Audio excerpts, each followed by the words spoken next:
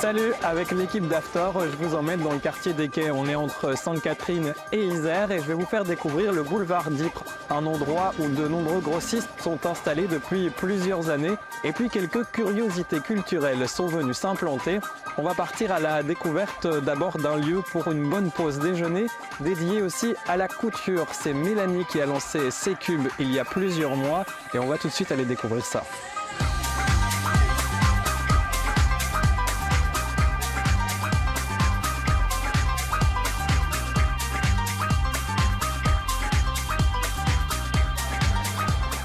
Comment tu définis C-Cube? C'est un lieu où tu peux venir manger, où tu peux venir faire de la culture, où tu peux passer juste un moment à jouer à une société.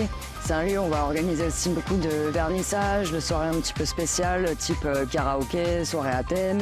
C'est vraiment un lieu de vie, un lieu convivial, un lieu de partage. Toi-même, tu es du quartier, tu vis ici. Tu sentais qu'il fallait faire décoller un peu le truc? Alors oui, moi je suis dans le quartier depuis maintenant 8 ans, 9 ans.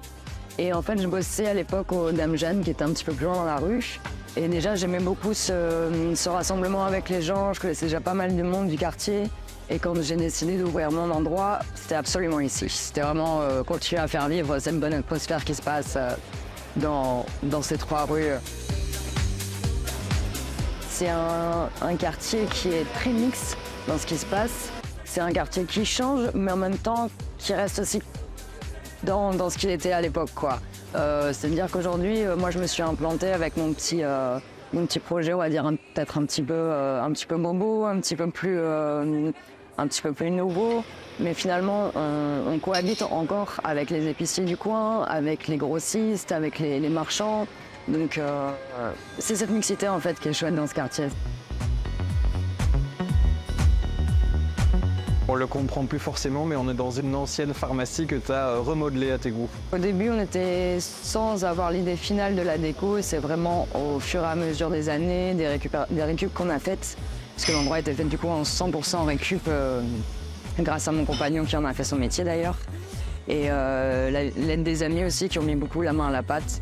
Donc ça a été beaucoup de plâtre, de béton, enlever les faux murs, voir ce qu'il y avait derrière. On a eu la chance de trouver beaucoup de briques, de béton, des choses assez naturelles, assez industrielles, en rajoutant un petit peu des choses mais vraiment qu'on trouvait dans la rue à l'époque, quoi. Ça fait l'âme de l'endroit, il y a des meubles de plein d'époques différentes.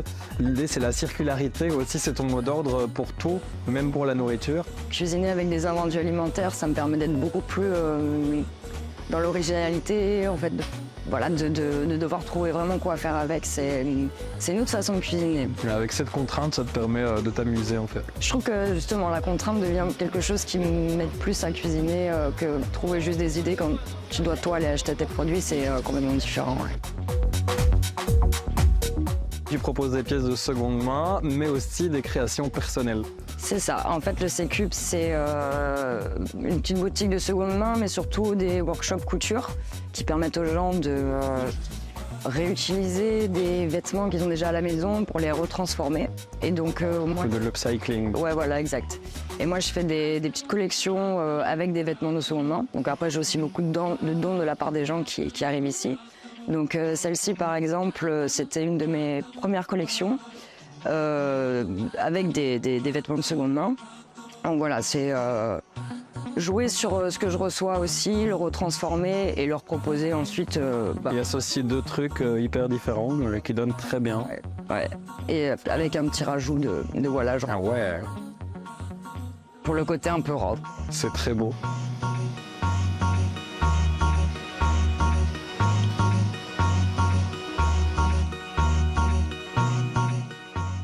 C'est un autre incontournable du quartier, le KBK. Bonjour Bruno. Bonjour Cyprien. On t'a vu en face, tu connais bien Mélanie, tu vis aussi dans le quartier. Tout à fait, donc comme Mélanie, j'habite dans le quartier, j'habite ici depuis 11 ans. Avant, il y avait tous ces grossistes, ce côté un peu new-yorkais, on va dire, du quartier Chicago, qui s'appelle aussi comme ça.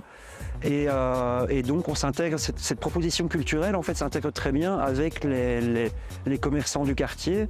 On remarque aussi qu'il y a une vraie vie de quartier, une vie au sein de la rue aussi, donc quand je dis vie de quartier, qui existe avec donc il y a des rapports d'amitié et de bon voisinage avec Mélanie, avec Mathieu, avec Casamante, avec les grossistes, avec l'Armée du Salut. Donc tout ça, ce quartier qui est assez mixte en fait, il y a une espèce de très bonne énergie, presque de magie qui s'opère au sein du boulevard Vautrin. Voilà. C'est ça aussi la vie d'une galerie d'art. Là, vous êtes en accrochage, c'est comme ça qu'on dit. Accrochage, on est en train de recevoir les œuvres, vous voyez, qui sont là pour notre prochaine exposition.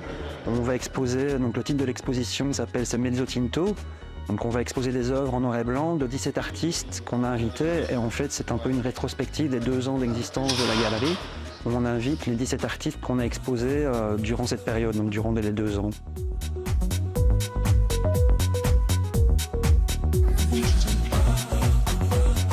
Et avant d'aller découvrir une autre institution culturelle juste en face à la galerie un peu, on va passer par cette institution, le magasin de seconde main de l'Armée du Salut, ça s'appelle le 24, c'est juste ici.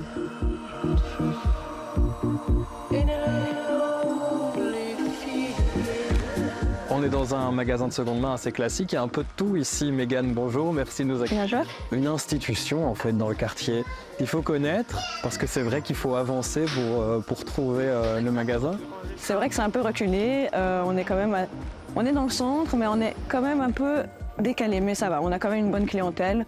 C'est souvent les gens du quartier qui viennent souvent, on a des habitués. On a des brocanteurs, comme on a des jeunes, comme on a vraiment une population très variée et on essaye vraiment de toucher tout le monde pour essayer de faire plaisir à tout le monde. C'est une vocation solidaire, évidemment. On est dans le cadre de l'Armée du Salut. Le but, c'est d'aider les autres. C'est aussi de pouvoir offrir des produits à prix réduit. C'est ça. En fait, on essaye vraiment de toucher comme celui qui en a besoin, qui a vraiment pas beaucoup d'argent, qui est dans le besoin vraiment et donc qui essaie d'avoir des prix très raisonnable pour essayer de ne pas non plus se faucher. Et puis on a vraiment celui qui essaye de trouver la pièce rare parce que par exemple, il est chez lui, par exemple, sa casserole ne va pas et donc il manque le rond. Peut-être ici on pourrait que retrouver le bouchon. Enfin, c'est vraiment, il y a vraiment de toute population qui viennent et on essaie vraiment de toucher tout le monde et faire des prix plus ou moins attractifs et très sociaux. Il y a de plus en plus de jeunes qui viennent et en fait c'est vraiment des jeunes qui essayent d'être très créatifs. Donc ça veut dire qu'ils viennent vraiment pour, on va dire, du jeans et après ils viennent en caisse et ils nous expliquent ce qu'ils vont faire. Notre génération essaye vraiment de remonter un peu et d'essayer de faire du deuxième main et de recycler un peu. Voilà qui nous emmène dans le prochain endroit qu'on va visiter, cet espace de beauté culturelle, c'est le nom. On va tout de suite s'y rendre, vous allez voir, ils y mettent énormément de passion.